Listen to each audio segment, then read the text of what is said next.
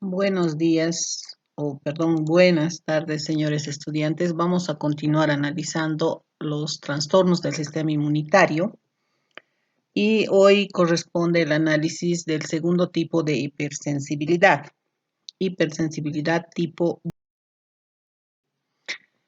Este tipo de hipersensibilidad, llamada también citotóxica, ya desde su nombre completo nos llama la atención. Si dice citotóxico, obviamente implica muerte de la célula diana y de algunos elementos celulares que participan de este tipo de hipersensibilidad. Este tipo de hipersensibilidad es desencadenado por la unión de un anticuerpo contra un antígeno en la superficie celular. Se puede dar por trastornos inmunitarios, por reacciones a transfusión sanguínea o también por reacciones farmacológicas. Debemos recordar, para proseguir con el tema, estos conceptos. En primera instancia, la inmunoglobulina G. Sabemos que es la que se encuentra en mayor cantidad en el plasma, es la que es capaz de atravesar la barrera placentaria y su función en este tipo de hipersensibilidad es que favorece la opsonización y la fagocitosis. Luego tenemos la participación de la inmunoglobulina M. Esta participa sobre todo en la opsonización. ¿Qué entendemos por opsonización? Es un proceso por el que se marca un patógeno para su ingestión y destrucción por un fagocito. La opsonización implica la unión de una opsonina a un receptor en la membrana celular del patógeno. Lo que les decía, cuando la célula ingresa en esa fase de opsonización, a través de sus receptores celulares se pone una especie de campanas de focos rojos, si ustedes quieren, para atraer a las células fagocíticas y obviamente diferenciarse del resto de los elementos celulares. Ya sabemos que es fagocitosis, obviamente es un tipo de endocitosis por el cual algunas células rodean con su membrana citoplásmica partículas sólidas y las introducen al interior celular. Estamos hablando de células diana o células específicas. Los receptores celulares, y hemos mencionado que en el libro están abreviados así F y C. Acá nos interesan los receptores celulares. ¿Para qué? Para inmunoglobulinas A, G y E. Y estos receptores celulares son específicos, como les digo, para estos anticuerpos, sobre todo en las reacciones de hipersensibilidad. Un término nuevo que es la reactividad cruzada. ¿Qué es? Es el fallo de la especificidad de los anticuerpos presentes en una infección en el cual se observa ataque contra proteínas que pertenecen al sistema, pero no atacan al antígeno que produce la enfermedad. Esto debemos hacer referencia a que existen ciertas respuestas o mecanismos de defensa del organismo, sin embargo, no conllevan a anular al elemento agresor que está produciendo esta reacción, más al contrario, se produce una destrucción de los elementos propios del organismo, lo que complica más las reacciones de hipersensibilidad o reacciones del sistema inmunitario. Volvemos. Hipersensibilidad tipo 2, llamada también citotóxica, es la desencadenada por anticuerpos. ¿Cuáles son los anticuerpos? IgG e IgM, inmunoglobulina G y M, que se producen por antígenos propios que han sido alterados. ¿Cuáles son las causas? Infección, trauma, efecto químico, o como les decía, que reaccionan en forma cruzada contra antígenos que no los generaron, pero que son similares antigénicamente. Puede igualmente producirse como consecuencia de la supresión de la tolerancia natural contra antígenos propios. Más adelante vamos a hablar qué es tolerancia, qué es autoinmunidad, son cosas diferentes, ¿no? Sin embargo, es una forma de inicio de la presencia del resto de elementos celulares y mediadores químicos que participan en este tipo de hipersensibilidad. Para hablar de hipersensibilidad tipo 2, debemos hacer referencia a estos tres mecanismos. O sea, la hipersensibilidad tipo 2 citotóxica manifiesta tres mecanismos. Primero, reacciones dependientes del complemento. Segundo, citotoxicidad celular dependiente de anticuerpos. Y tercero, disfunción celular mediada por anticuerpos. En el primer caso, reacciones dependientes del sistema de complemento. Son reacciones mediadas por la interacción, ya hemos dicho, de los antígenos presentes en la superficie de diferentes células que presentan anticuerpos IgG e IgM preformados y que se reconocen en el tejido en cuestión. Cuando el sistema de complemento se activa, sus elementos producen dos respuestas también. Primero, o producen lisis directa o pueden producir opsonización. En el caso de la lisis directa, ustedes saben que cuando el sistema de complemento se activa, tiene un fin, bien, dependiendo de las vías, clásica, alterna, etc. ¿Cuál es el fin de la función del sistema de complemento? El complejo de ataque de membrana. Por lo tanto, el daño celular resulta de la posterior activación de la cascada del sistema de complemento o su interacción con las células efectoras a través de su fracción o receptor de superficie celular. Apenas se une al antígeno, los receptores de superficie celular activan la función del sistema de complemento. Y podemos ver acá qué fracciones del sistema de complemento participan en este paso de lisis directa que estamos, ¿no? O sea, muerte directa, no le da tiempo a la célula a pensar, va y directamente la ataca. ¿Quiénes participan? C5A, C3A y obviamente acá está elemento fundamental en la célula diana, los receptores de superficie. Se activan otros elementos celulares como pueden ser los neutrófilos y toda la función del sistema de complemento. Obviamente esto va a repercutir en todo este proceso de cascada. Tenemos inflamación y lesión del tejido. Recordemos, el complejo de ataque de membrana, o abreviado así tal cual en el libro, se forma típicamente en la superficie de una célula bacteriana patógena invasora, como resultado de la activación del sistema de complemento. Es una vía final del sistema inmunitario y como resultado de su formación se produce lisis o muerte celular en el objetivo. Podemos observar acá, fíjense cómo se va activando todas las proteínas, algunas proteínas, del sistema de complemento que participan en esta respuesta inmunitaria, ayudados obviamente por todos los mecanismos propios del sistema de complemento y al final se produce este tipo de lesión en la membrana citoplásmica. Fíjense ustedes, se produce una especie de túnel, se perfora la membrana citoplásmica. ¿Y a través de quién? De la precisamente llamada perforina. ¿Qué es la perforina? Una proteína presente en el interior de los gránulos citoplásmicos de los linfocitos T citotóxicos y de las células natural killer que inducen a la formación de poros en la membrana de la célula diana a la cual se enfrentan los citados tipos celulares. Cuando una célula presenta una lesión o como en este caso perforación de su membrana citoplásmica, ya no puede sobrevivir. Entonces ahí se explica la lisis directa que se produce en esta primera respuesta de la hipersensibilidad tipo 2 con lisis de la célula, ¿no? Y obviamente la perforina para actuar, ¿cómo sucede ese encuentro, si ustedes quieren? Después de que se activó el sistema de complemento, tenemos acá que se reconoce al antígeno en las células infectadas y acá también participa, ojo, complejo mayor de histocompatibilidad tipo 1. Entonces se secretan gránulos con perforinas y granzimas y se induce la muerte celular programada. Acá está lo propio, se perfora la membrana citoplásmica y toda una cascada y repito, la célula ya no vive, por eso es ejemplo de lisis directa. La segunda forma de respuesta, la opsonización.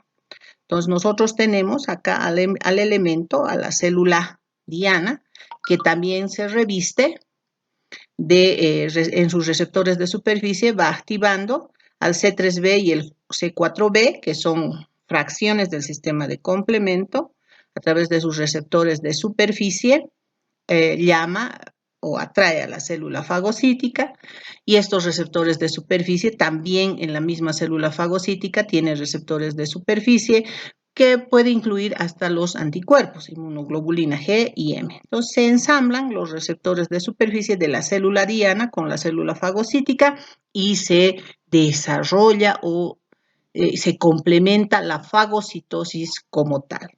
Pueden ver ustedes acá.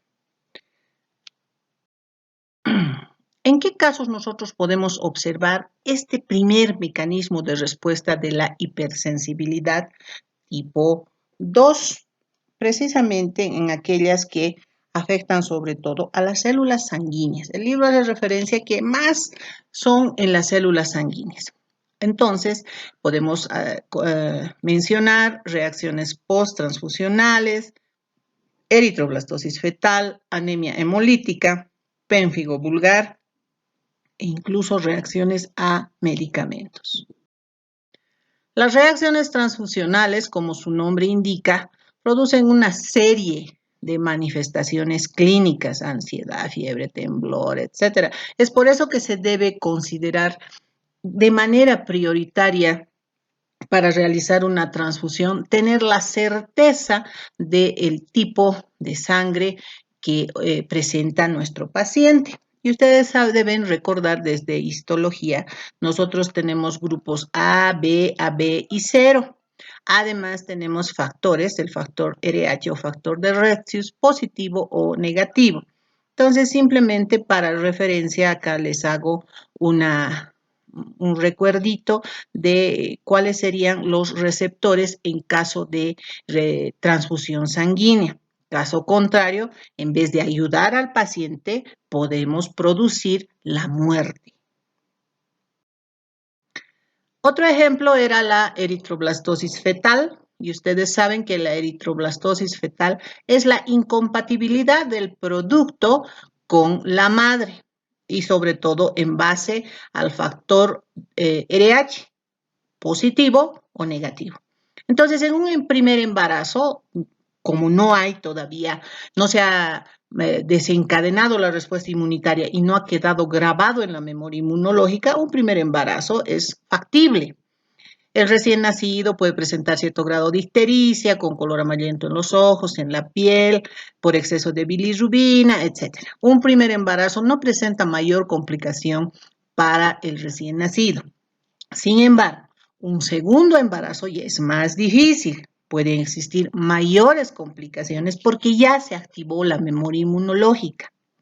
Y peor aún, un tercer embarazo es inviable y se produce lo que se llama eritroblastosis fetal acompañada de hidrops fetal. ¿Qué es el hidrops fetal? Es lo que ustedes están viendo acá. Estos son obviamente fetos de aproximadamente 3 o 4 meses de gestación, que es lo máximo que se llega.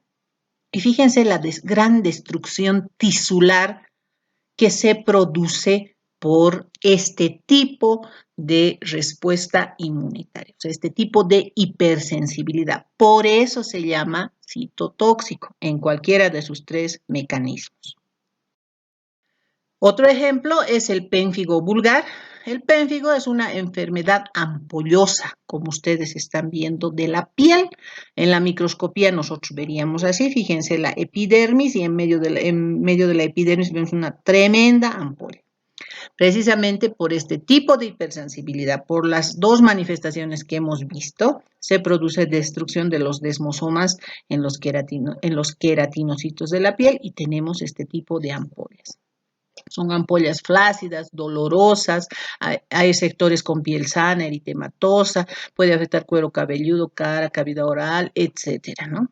Pero este es un ejemplo de hipersensibilidad tipo 2 en su primer mecanismo. Otro ejemplo que hemos hecho referencia, la anemia hemolítica. Hemolítico, su nombre ya dice, ¿no? O sea, con destrucción de hematíes. Bueno, un poquito para adelantarles y ponerles en contexto, porque esto van a ver cuando lleven más adelante patología de glóbulos rojos. Simplemente recordarles, las anemias hemolíticas pueden ser intracorpusculares o extracorpusculares, pueden ser de causa hereditaria o adquirida. En cualquier caso, se observa destrucción del hematí y si el hematí se destruye, produce anemia y en este caso por mecanismo inmunitario. Luego tenemos otro ejemplo de este tipo de hipersensibilidad en su primer mecanismo, las lesiones o las reacciones producidas por fármacos. Las reacciones a medicamentos generalmente conllevan activación del sistema inmunitario tal cual estamos viendo y podemos ver un sinfín de manifestaciones, desde exantemas, fíjense, exantemas son presencia de áreas rojizas de diferentes diámetros que pueden ser bien delimitadas, pueden ser ligeramente focalizados o ser de grande extensión, etc. Este tipo de reacciones podemos observar ante cualquier medicamento y se asocia que los que más producen y en los que se tiene que tener bastante cuidado en administrarlos son los anticonvulsivantes, algunos medicamentos que se utilizan para el exceso de ácido úrico, también antibióticos, etcétera, ¿no? Entonces, siempre uno debe considerar los efectos secundarios que puedan presentar algunos medicamentos en sus diferentes prácticas terapéuticas, ¿no? Siempre se debe considerar efectos adversos. No olvidemos que cualquier sustancia química que ingresa al organismo es una sustancia extraña que puede producir lesión celular. Y hemos dicho cuando hemos visto el tema de lesión celular que hasta una vitamina es un agente químico extraño al organismo. Por lo tanto, se debe tener siempre bastante cuidado. Segundo mecanismo, citotoxicidad celular dependiente de anticuerpos. Es un mecanismo indirecto en el que participan las células natural killer y otras que pueden asimilar esta misma función como eosinófilos, neutrófilos, etc. Interaccionan con el antígeno por medio de puentes de anticuerpos previamente unidos a receptores celulares de la célula en cuestión o la célula diana. Fíjense, acá tenemos la célula diana o la célula específica que tiene receptores de superficie. Pero ¿en qué casos vamos a ver este segundo mecanismo? Hemos hecho referencia a los anticuerpos IgG, IgM. Cuando por alguna circunstancia la concentración sanguínea de IgM disminuye, la célula diana, que tiene activados sus propios receptores de superficie, produce otro tipo de respuesta. No hay este anticuerpo en la cantidad adecuada. Entonces hay que buscar otro mecanismo para defenderse, para actuar. ¿Cómo actúa? Simplemente que ya no utiliza estos sus receptores de superficie, pero necesita que le ayude en su misma defensa, aunque muera esta célula, una célula citotóxica que es la célula natural killer. Entonces, ¿cómo es que se produce y actúa esta célula natural killer para reconocer a esta célula diana y obviamente destruirla, que es lo que se requiere, ¿no es cierto? Entonces, se activan las enzimas líticas, se activa la perforina, que ya sabemos de dónde y cómo viene, se acompaña de mediador químico, factor de necrosis tumoral y por último se activan las granzimas. Entonces, ¿cómo sucede? Esta disminución del anticuerpo hace que se active un ensamble directo, porque ya no se está utilizando acá los receptores de superficie, ni de la célula diana, ni de la célula natural killer, y se produce un ensamble directo, así, como si se pegaran ambas células, ¿no? Ese simple hecho de unirse, de chocarse, de ensamblarse, como su nombre dice, se hace que a través del glicocáliz se active todo este mecanismo y esta célula diana termine siendo destruida. No existe fagocitosis, ojo, es una destrucción a través de la célula natural killer, pero por este mecanismo, ¿no? Y estoy repitiendo que tampoco acá ya no se necesitan los receptores de superficie, basta que estas dos células se pongan en simple contacto. Y les decía que los eosinófilos pueden cumplir la misma función, o sea, función de célula natural killer, lo mismo un neutrófilo. Acá el macrófago ya no es elemento celular fundamental porque no existe fagocitosis. La activación de estos receptores causa, lo que les decía, liberación de proteasas, radicales libres de las células fagocíticas, el proceso de citotoxicidad dependiente de anticuerpos mediados por linfocitos y células natural killer. Además, puede existir liberación de histaminas vasoactivas, de histamina vasoactivas por las plaquetas. O sea, todos los mediadores químicos también siempre van a participar y coadyuvar en todos los mecanismos de respuesta inmunitaria. Los receptores para la fracción o receptores de superficie para la inmunoglobulina G se encuentran presentes en las células fagocíticas, neutrófilos, macrófagos, células natural killer y plaquetas. Pero aclaro, este segundo mecanismo de respuesta es cuando la inmunoglobulina G está por cualquier otra causa disminuido en la concentración plasmática. Eso es lo que desencadena este segundo mecanismo de respuesta. Además, también participa la activación del sistema de complemento con sus fracciones C3b, C3b y en la membrana celular. Y tanto las células fagocíticas como las natural killer, que poseen receptores para estos fragmentos, favorecen en su unión de la célula diana y su subsecuente destrucción. Pero repito, la presencia del macrófago como tal en este segundo mecanismo no es necesaria, no es marcada. Puede estar presente, pero no actúa. Por eso digo, no hay fagocitosis. En el efecto nocivo se manifiesta que la activación de la cascada del sistema de complemento o su interacción con las células efectoras a través de su fracción de los receptores de superficie. Los anticuerpos sirven de puente de unión para que los mediadores químicos, las células citotóxicas o las células citotóxicas en diferentes variedades, porque los leucocitos pueden diferenciarse y hacer función de célula natural killer, actúan como elemento de citotoxicidad mediada por anticuerpos. De ahí viene su nombre, ¿no? O sea, todo el complejo desencadenado hace que la célula aplique el término de citotóxico y su fin es destruir a la célula diana, no por fagocitosis, sino por acción directa, tal cual se les ha explicado. La tercera forma de respuesta, el tercer mecanismo de respuesta, era la disfunción celular mediada por anticuerpos. Ya su nombre dice, disfunción celular mediada por anticuerpos.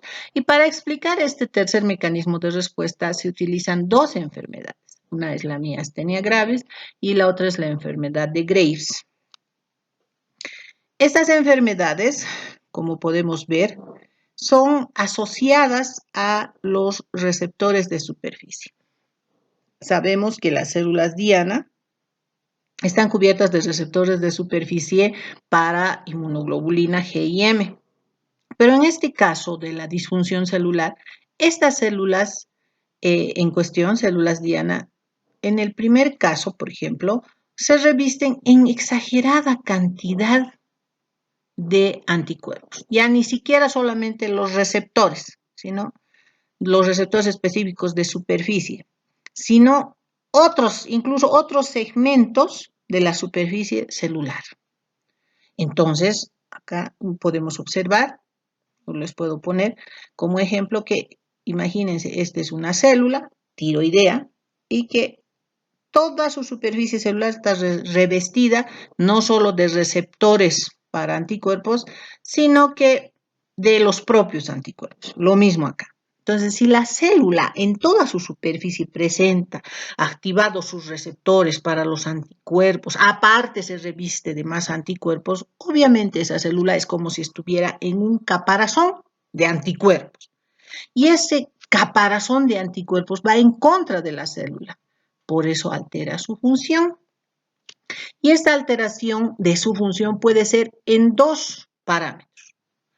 Porque está totalmente aislada por un caparazón, ya no recibe el lo que conocen ustedes como feedback, la retroalimentación. Por ejemplo, en el caso de la célula tiroidea, no sabe, está aislada del mundo, entonces no sabe si va a producir más hormonas, menos hormonas, etc. Actúa de manera autónoma y produce en una primera instancia mayor cantidad de hormonas tiroideas.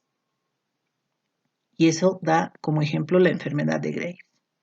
En el caso de la célula del músculo esquelético, igual, la fibra, como se conoce, totalmente revestida en su superficie de anticuerpos y receptores activados, etc. No sabe cómo va a actuar, no sabe si se va a contraer, se va a relajar, no sabe si va a responder a la acetilcolina, a otros elementos a los canales de calcio. Ustedes saben que la propia contracción del músculo liso fisiológicamente es un proceso sumamente complejo que participan varios elementos. Por eso les decía, los canales de calcio, fósforo, la sarcómera, etc. Entonces, la célula aislada, revestida, como les digo, de anticuerpos y receptores activos, igual no sabe qué va a hacer.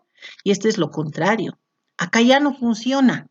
No cumple su función el músculo como tal y ocasiona lo que se llama la miastenia gravis. Podemos ver acá, al reaccionar los anticuerpos contra determinados antígenos que actúan como receptores de membrana, impiden que ellos puedan recibir la información transportada por otras moléculas. O sea, les digo, es como si se aislara por un caparazón de anticuerpos la célula diana que estamos hablando.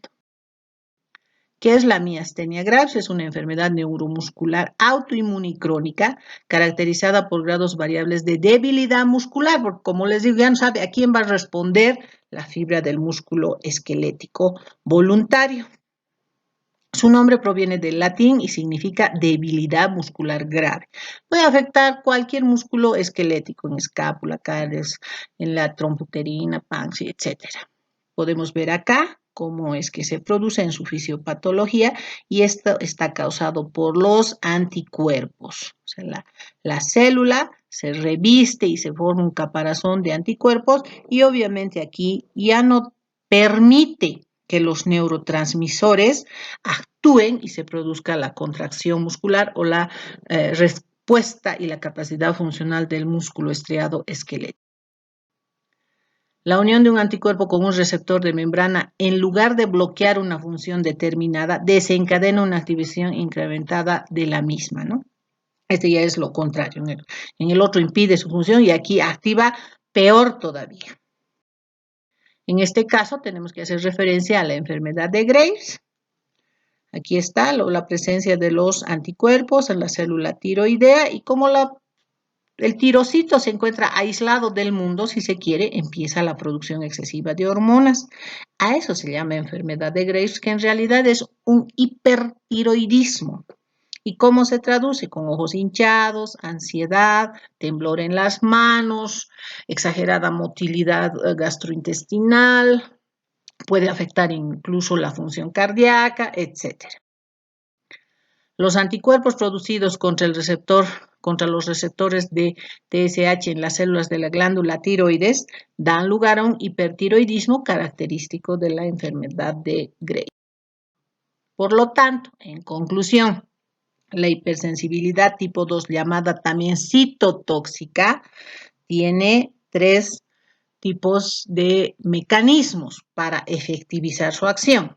El primero, citotoxicidad mediada por el complemento, donde hemos hablado de lisis directa y opsonización.